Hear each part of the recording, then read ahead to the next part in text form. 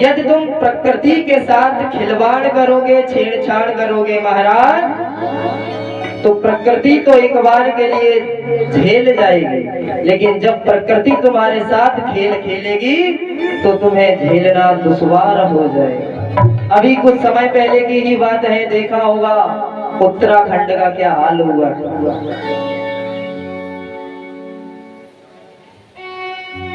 बाबा गोस्वामी जी भी यही बताते हैं,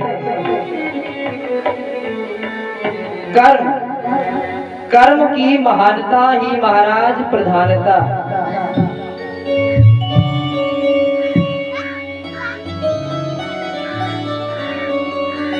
कि कर्म प्रधान विश्व कर राखा,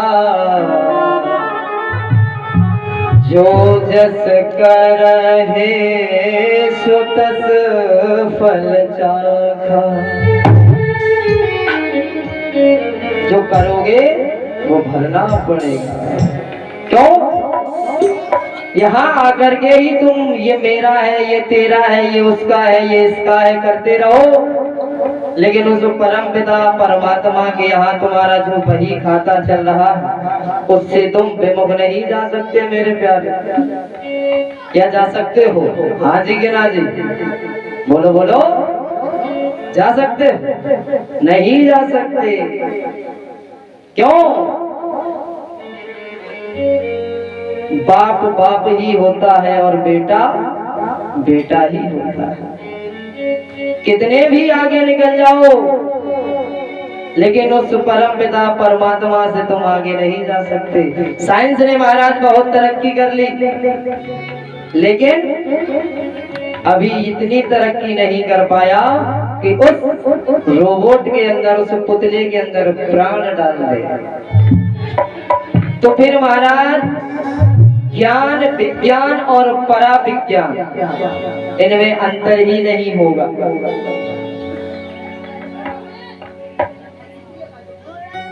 जिस समय नारद जी महाराज इस धरा धाम पर भ्रमण करते हुए वृंदावन धाम में पहुंचे, तो उनकी दृष्टि पड़ी, और दृष्टि पड़ी तो क्या देखा, अचंभित हो जाते हैं नारद कि तत्राश्चर्यं मया दृष्टः श्रूयतां तन्मुनीश्वरः। एकातुतर्हि तत्र निखण्ड खीर्णमानसः। हे सौनक ऋषियों, मैंने जब उस तरुण अवस्था वाली स्त्री को देखा, और अचंभा में डालने वाली बात क्या थी कि वो स्त्री तो तरुण अवस्था में है, यानी जवान है, और उसकी गोद में दो पुरुष बूढ़े हैं जो वृद्धावस्था को प्राप्त हो चुके हैं। वो उसकी गोद में सर रख करके लेटे हैं। अचंभा तो मुझे हे सौनक ऋषियों इस बात का था कि ये जो जवान अवस्था में स्त्री है ये कौन है, और इसकी गोद में जो दो बालक सर रख कर के लेटे हुए हैं ये कौन है। तो जब मैंने उस स्त्री से पूछा तो उसने जवाब क्या दिया, हाँ, कि द्वापर तक भरी जवानी थी, और छाया तक ना थी आपे में। पर तक भरी जवानी थी, पर तक भरी जवानी थी, छाया तक ना थी आपे में।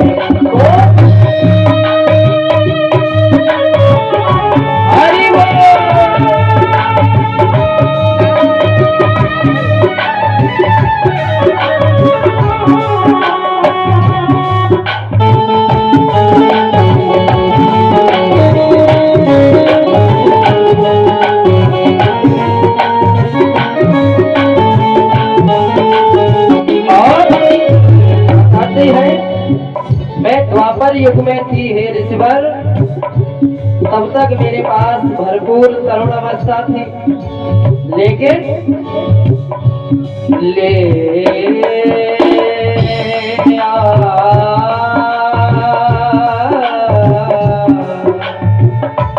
लेकिन कलयुग के आते ही, लेकिन कलयुग के आते ही बेटे छा गए बुढ़ापे में। लेकिन कलयुग के आते ही बेटे छा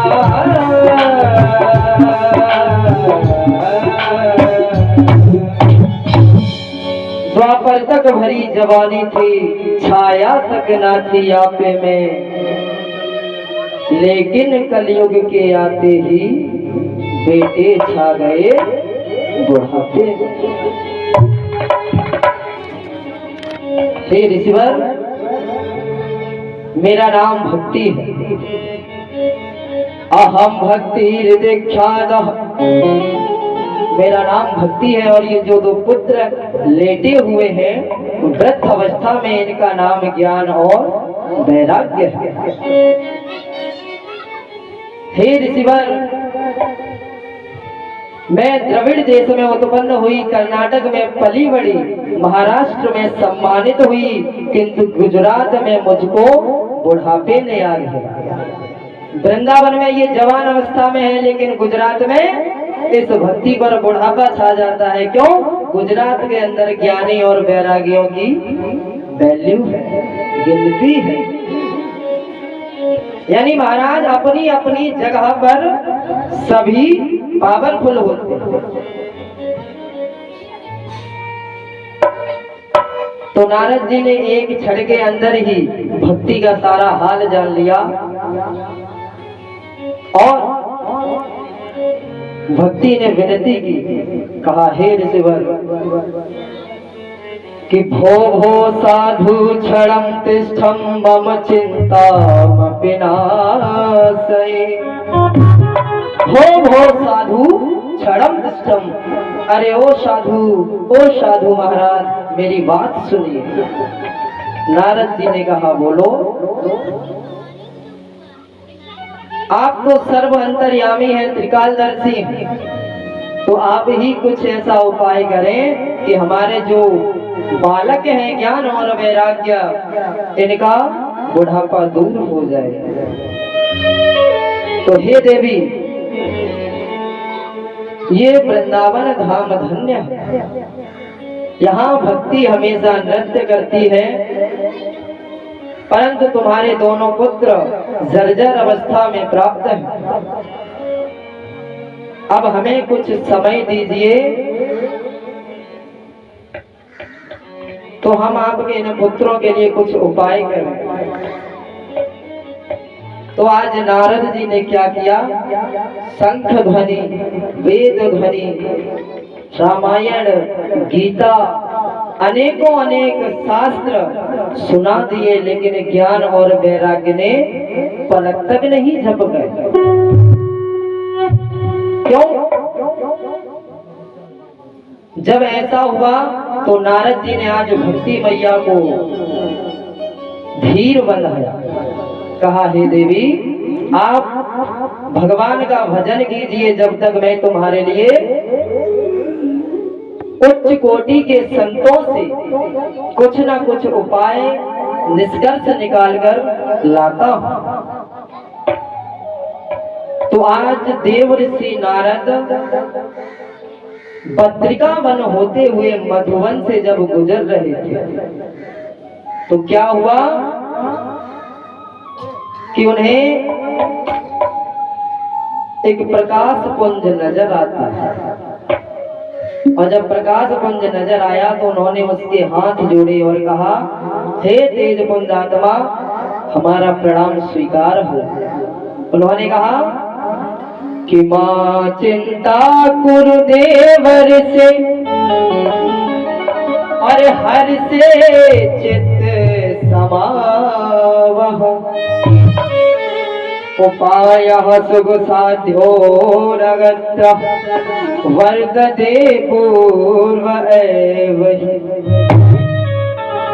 हे देवर्षि, आप चिंता न करें, आप जिस कार्य के लिए जल्दी जल्दी जा रहे हो वो आपका कार्य सफल होगा, पूर्ण होगा।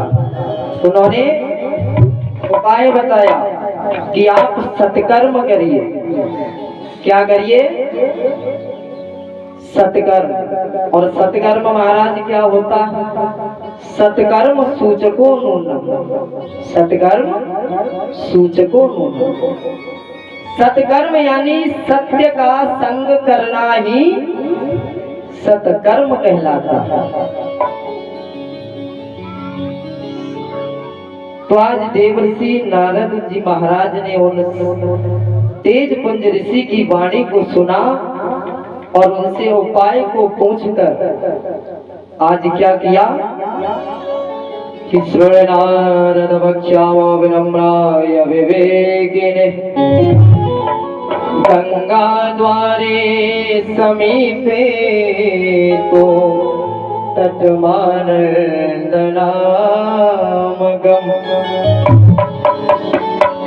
हरिद्वार के पास महाराज एक आनंद नामक तट पर आज देवर्षि नारद ने व्यासपीठ बनाई। जिस प्रकार ये बनी हुई बनाया और स्वयं उस व्यासपीठ पर आसीन हुए प्रवक्ता के रूप में। अब महाराज अपनी बुद्धि को दौड़ाना जरा लगा भैया हैंडल।